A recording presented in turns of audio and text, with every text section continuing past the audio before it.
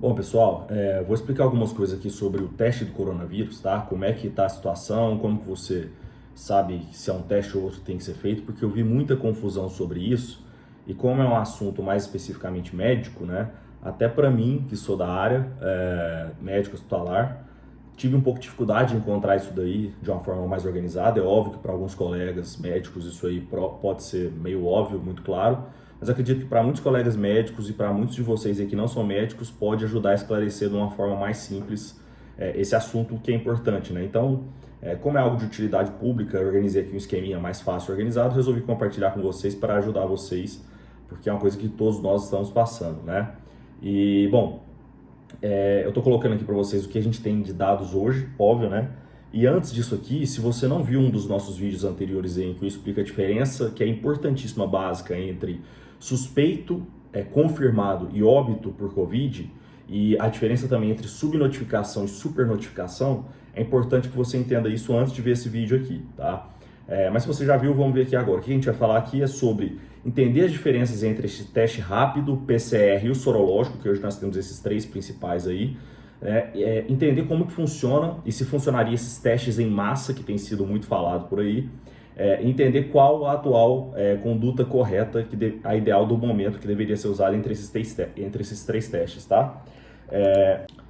Então, assim, de forma bem rápida, alguns conceitos sobre o vírus em si que você precisa entender são as reações, o que causa patologia nesse vírus e porque isso tem a ver com como que o teste vai ser usado, tá? Então, primeiro, o vírus causa problema por três coisas, tá? Que é a viremia em si, ou seja, a quantidade de vírus que tem no sangue, que isso vai gerar infecção pelo coronavírus em si, e em um segundo momento pode gerar infecção por outras doenças, porque sua imunidade diminui tentando combater o coronavírus, né?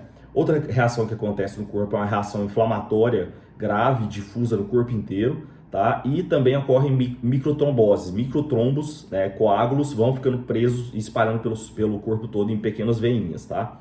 Isso é mais ou menos, eu sei que talvez seja um pouco complexo para quem não é médico, mas é mais ou menos os efeitos do coronavírus e isso tem a ver com o que a gente vai falar sobre os testes. Outra coisa que é importante a gente entender também é que sobre reinfecção, né? Então, assim, a maioria das infecções respiratórias criam sim uma imunidade permanente depois do primeiro contato, ou seja, como se fosse uma vacina, você fica imune àquele vírus, é o que a gente espera nesse caso também, não dá para ter certeza, porque você desenvolve um anticorpo chamado IgG contra aquele vírus específico, contra aquela doença específica, tá? E a partir desse momento que você teve esse anticorpo, você não pega mais aquele vírus específico. Qual que é o problema aqui? É que é um vírus. O vírus, ele é um tipo de micro-organismo que ele sofre muita mutação. Por isso que todo ano a gente tem novas cepas diferentes do mesmo vírus um pouquinho modificado para a mesma doença, surgem novas vacinas, aconteceu isso para o H1N1, para SARS, para várias outras gripes e infecções virais por aí, né? Um outro conceito importante antes da gente começar é a questão de tempo de incubação versus sintomas. O que é isso? O que é tempo de incubação que você pode ver falando por aí? É o tempo entre o momento que você teve a infecção, ou seja, o vírus entrou no seu corpo, e o tempo que você começa a ter sintomas, né? Esse período é chamado tempo de incubação.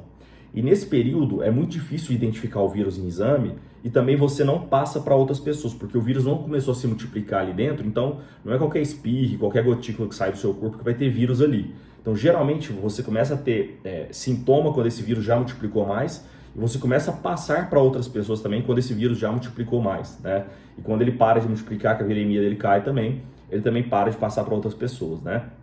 Esse tempo de incubação é mais ou menos em torno de 5 dias, ou seja, do dia que você tem contato com o vírus até o dia que você começa a apresentar sintomas e poder transmitir para outras pessoas é mais ou menos 5 dias, podendo variar de 1 a 14 dias aí, a gente ainda não tem esse número muito exato, mas é mais ou menos isso, tá? Nesse período, a viremia é bem menor e a chance de infectar outras pessoas também é bem menor, tá?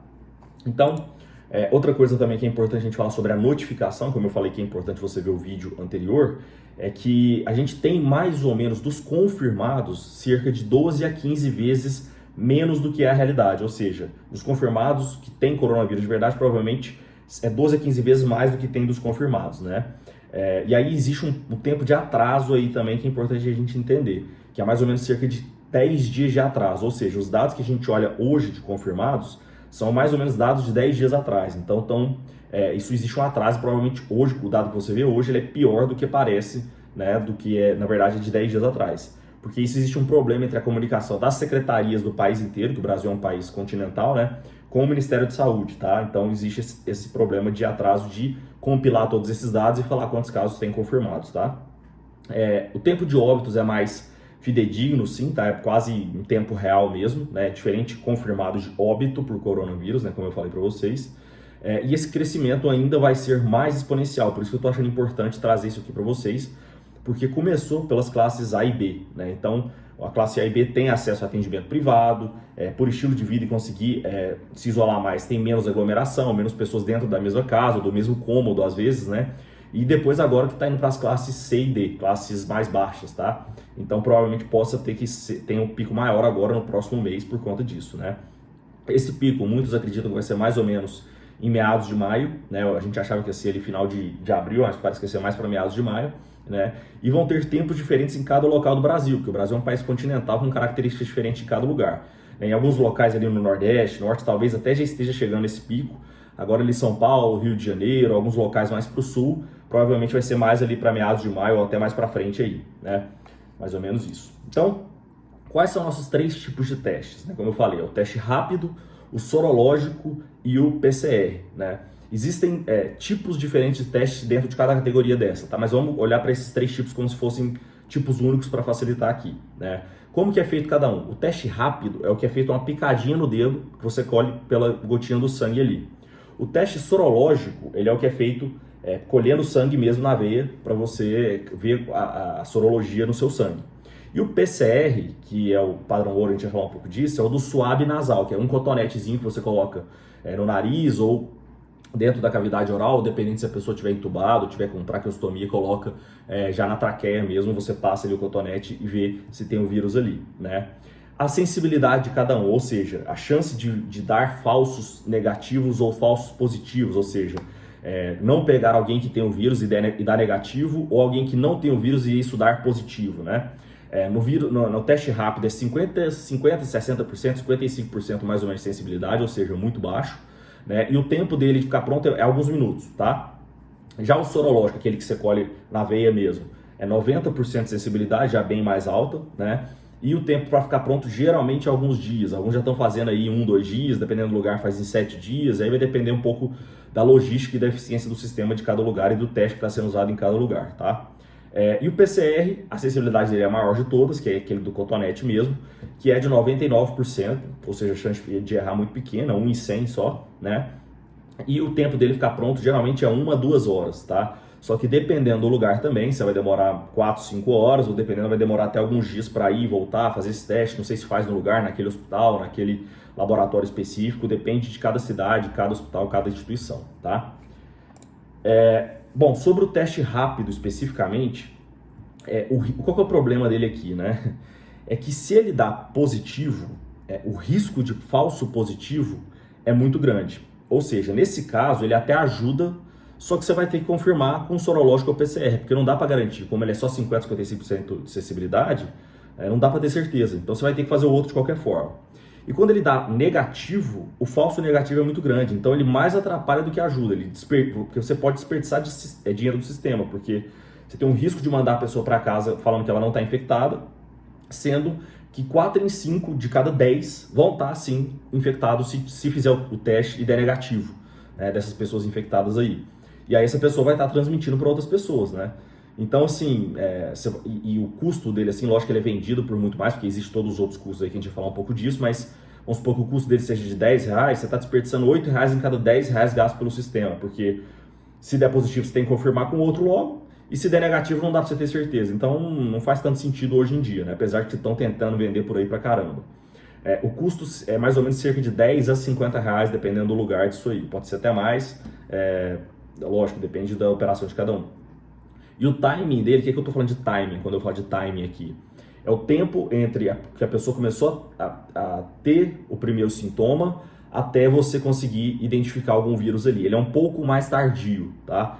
Então, assim, não dá para você pegar ali a pessoa nos primeiros dias de sintomas ou só teve contato, ainda está no período de incubação e ele vai dar negativo. Então, ele tem que ser uns dias mais tardios aí, tá? Mais ou menos 2 a 3 semanas depois é a chance maior dele identificar alguma coisa de verdade. Já o PCR, que é o padrão ouro mesmo, né, que a gente fala, ele vai fazer o quê? Ele vai identificar o RNA, que é uma estrutura do DNA desse vírus, no corpo da pessoa, ou seja, ele identifica o vírus de fato ali, e não os anticorpos produzidos por esse vírus, né? Ou seja, precisa ter viremia, ou seja, precisa ter vírus multiplicando no corpo dessa pessoa para que ele consiga identificar, né? Ele é o melhor, só que por enquanto ele está o mais caro. O sorológico é mais ou menos o mesmo custo também, depende também de cada teste, de cada lugar, mas ele é o melhor, só que é o mais caro, então esse que é o problema, né? Ele também é o melhor para o primeiro momento, ele tem uma detecção mais precoce, né? O timing dele é na primeira semana de sintomas, ou seja, não, você teve o contato com o vírus, mais ou menos 5 dias depois começam os sintomas. Essa primeira semana de sintomas é onde você tem a viremia mais alta, ou seja, tem mais vírus multiplicando ali no sangue, é a chance melhor de você pegar e detectar esse vírus aí, né? Então ele é o melhor para o primeiro momento também. Ele também é útil para verificar a reintegração dessa pessoa no ambiente de trabalho, né? Porque se ele não está identificando mais, você fez o PCR, ele não pegou o vírus, significa que a viremia já está baixa, ou seja, a chance dele infectar outras pessoas também agora já é muito pequena. Então já pode reintegrar essa pessoa no mercado de trabalho de volta e no ambiente de trabalho dela, né? Ele é mais difícil de fazer, então assim, ele precisa de uma equipe tecnicamente preparada para colher esse swab certinho, para ter acesso ao material de processar isso aí, para ter ele resfriado, mandar pro aparelho que processa esse resultado, trazer de volta. Então assim, não adianta você ter o teste e fazer todo errado, porque vai dar o resultado errado. Então ele não é simples de fazer, tem que ter uma equipe tecnicamente preparada para isso, né? Como eu falei, o timing é mais ou menos a primeira semana. Na segunda semana, a sensibilidade dele cai para mais ou menos 70%, né? Era 99%, cai para 70%, e a pessoa começa a ficar imune, ou seja, ela começa a ter anticorpos, que aí esses anticorpos vão ser identificados na sorologia, que é o próximo teste que a gente vai falar. Então nesse a gente pega o vírus mesmo, na sorologia a gente pega os anticorpos que o nosso corpo produz para combater esse vírus, tá? Então, o custo do PCR é mais ou menos cerca de 150, 160 reais a 450. Por quê? Lógico que 150, 160 reais é o preço do custo só do teste. Mas fora isso, a empresa tem custo de equipe, custo de aparelho, custo de energia, custo de um monte de coisa, que ele coloca nisso e mais uma margem de lucro, né, da operação dela para fazer isso daí.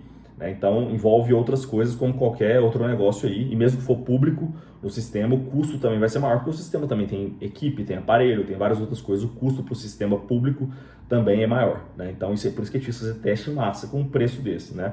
Um país com 200 milhões de habitantes. O sorológico, o que ele vai identificar? Ele vai dosar o IgG, lembra que eu falei para vocês, e o IgM desse vírus especificamente. O IgG, nesse caso, ele é o que importa mais, que mostra que teve contato depois de 15 dias de sintomas. Nesse caso aqui, em algumas doenças não, né? Em algumas doenças o IgM é muito importante, que mostra a infecção aguda ali na hora, uma hepatite, uma dengue, alguns outros casos assim. Aqui o IgG é o que mais importa por enquanto, a gente ainda não tem muitos dados para trabalhar direito com esse IgM aqui, né? Ele é muito bom, né? Tem uma sensibilidade ali de 90%, só que é lento para ter o resultado e caro também, né? E nem todos os lugares têm acesso a isso aqui. Ele é mais útil também para verificar se pode reintegrar o ambiente de trabalho, porque se a pessoa não está tendo mais sintomas, já tem o IgG, ou seja, ela já está imune àquilo ali, já produziu o anticorpo, ela não vai infectar os outros e nem vai se infectar mais, então ela pode ser reintegrada ao ambiente de trabalho. O timing ideal aqui do sorológico é mais ou menos segunda, terceira semana de sintomas, tá? Então lembra, de novo, 5 dias de incubação, começou sintomas, passou 7 dias, o ideal nesses primeiros 7 dias é o PCR. Se não fez nesses 7 dias, segunda, terceira semana, ou seja, de 7 a 14 ou 14 a 21 dias do primeiro sintoma, é o time ideal para esse aqui, porque é o sorológico, né? Que é aquele que você colhe na veia, tá? Sobre testes em massa, que é a questão aqui? Que a gente fala teste em massa, mas beleza, teste em massa o quê? Vai fazer teste rápido, sorológico ou PCR? O padrão ouro para fazer teste em massa é o PCR, é o que foi feito lá na Coreia do Sul, que funcionou muito bem, no Japão parece que estão fazendo também, na Alemanha parece que estão fazendo também. Então esse é o teste em massa, que aí em alguns lugares estão fazendo até em média 20 testes por pessoa, né? Adultos, óbvio. Então é uma realidade totalmente fora da nossa realidade aqui, porque é uma população muito menor, é um país muito mais estável financeiramente, é um país muito menor continentalmente, muito menos variável, enfim, várias coisas nesse sentido. E quando que a gente faz esse teste em massa, né? Que a gente considera teste em massa? Vai fazer para todos os sintomáticos, ou seja, pessoas que estão com sintomas parecidos com coronavírus, ou contactantes, pessoas que tiveram contato com alguém confirmado ou que esteve em algum lugar desses lugares confirmados, tem alguns critérios aqui, tá? Se conversou por mais de 15 minutos frente a frente com essa pessoa, ou teve dentro de um local fechado por mais de 15 minutos com essas pessoas, enfim, tem alguns critérios, mas basicamente pensa nisso, é sintomático e contactante, que deveria ser. Óbvio que você não vai testar a população inteira, porque é inviável, né? Qual que é o problema aqui? Para funcionar essa estratégia de testes em massa, a gente tem que ter algumas coisas também, porque não é só fazer teste, tá? Você tem que ter uma população educada, né? Por quê? Porque com a população mais educada, você consegue possibilitar o uso da tecnologia para rastreamento. Nesses países, o que eles estão fazendo? Usando aplicativos no celular, só que por livre e espontânea vontade da pessoa, para ela se identificar onde que ela está, se ela teve contato ou não, e onde que essa pessoa que teve contato ou sintomático que testou e deu positivo, onde que ela andou e com quem que ela contactou para fazer teste dessas pessoas também. Né? Só que tem que ser um uso do aplicativo por livre e espontânea vontade, sem imposição e sem esse risco de corromper privacidade de dados, que acontece em alguns outros países e alguns estados aqui no Brasil até estavam querendo impor isso contra a autorização das pessoas, né? Só que em populações mais educadas as pessoas usam o aplicativo no seu próprio celular por livre e espontânea vontade. E seguir as orientações de hábitos. Então, se você teve contato, fez o teste, deu positivo, você não pode ter contato, você tem que manter certa distância, várias coisas assim. Então, isso exige uma educação da população, né? Existe também uma necessidade de uma população menor e mais homogênea, né? Isso aqui é difícil, mesmo que exista aqui um financiamento suficiente, que não existe, né? E uma capilaridade dos laboratórios que é importante, sim, os grandes laboratórios aqui, Sabin, DASA, etc., tem Hermes Pardini, tem uma capilaridade importante, ou seja, estão em várias cidades do país inteiro, né? Então, só que mesmo assim não é simples fazer isso aqui na prática no Brasil. Hoje no Brasil falam que estão testando mais ou menos 20 mil por dia, só que mais no privado, no meio privado, e vão tentar testar mais 30 mil por dia no meio público também, ou seja, um total de 50 mil testes por dia. Já vai melhorar bastante, é muita coisa, mas ainda longe de uma testagem em massa de verdade, igual num país desse que testa 20 vezes a mesma pessoa que teve contato ou foi sintomático, né? E aí uma coisa importante também, todos esses testes demandam algumas coisas. Primeiro, 3 etapas, que são registro, validação e comercialização. Então, a partir do momento que, vamos supor, teve um teste lá na China que viu lá os critérios, ele está dentro dos critérios, a Anvisa autorizou, ela vai lá e registra. Depois disso, ele vem para a etapa de validação, ou seja, os laboratórios parceiros da Anvisa, Fiocruz e alguns outros aí, vão passar pela validação desse teste aqui na prática, né? E depois disso vai para a comercialização. Qual que foi o problema?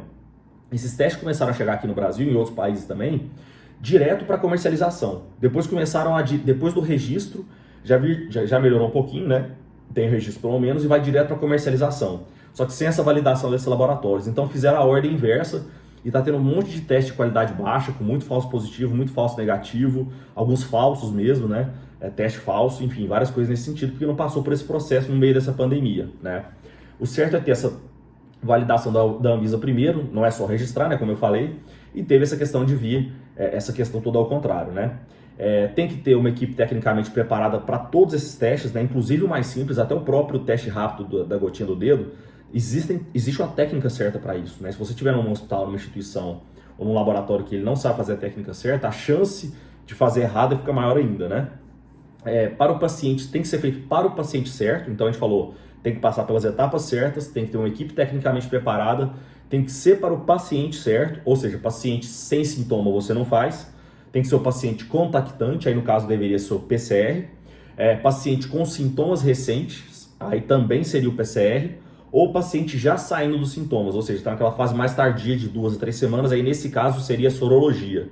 Então, lembrando, sem sintoma ninguém faz, contactante ou sintoma recente PCR e saindo do sintoma sorologia. Esse deveria ser o certo.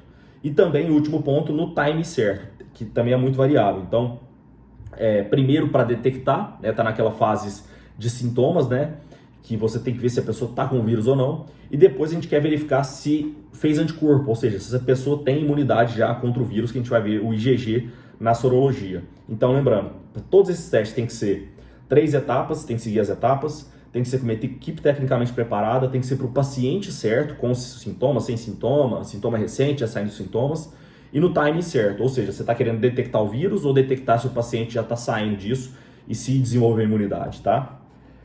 E por último, qual que é a conduta ideal atual diante disso tudo que a gente falou aqui, né? Tudo pode mudar, tá? Eu tô falando isso aqui baseado no que nós temos hoje, aqui dia 25, 26 de abril, sei lá que dia que a gente está aqui. Primeira semana de sintomas, PCR. Segunda, terceira semana de sintomas, sorologia, aquele que você colhe no sangue, PCR, aquele do suave nasal. E o teste rápido, hoje a indicação é não fazer. Né? Muita gente está fazendo, mas porque não sabe o que está fazendo ou porque não tem outra opção. Né? Porque a gente tem que validar ainda quais são os mais efetivos, que tem vários tipos de teste rápido aí, né? A não ser que você realmente não tenha outra opção mesmo. Né? Talvez seja útil o teste rápido para quem? Para quem já passou pelos sintomas e quer saber se está imunizado, ou seja, quer identificar aquele IgG, mas não tem acesso ao sorológico na sociedade. Nesse caso, sim. Porque se não for nesse caso, não tem acesso ao sorológico e não está nessa fase tardia de sintomas, não faz tanto sentido, porque se der negativo, não significa nada, você pode até mandar uma pessoa para casa como não tendo a doença e ela tem, e se der positivo, você vai ter que fazer outro para confirmar, ou seja, você está gastando dinheiro à toa. Então, é mais ou menos por aí. E o teste em massa, que seria com o PCR, hoje, por enquanto, ainda é inviável aqui no Brasil, tá? Então é isso, espero que tenha ajudado vocês e um forte abraço.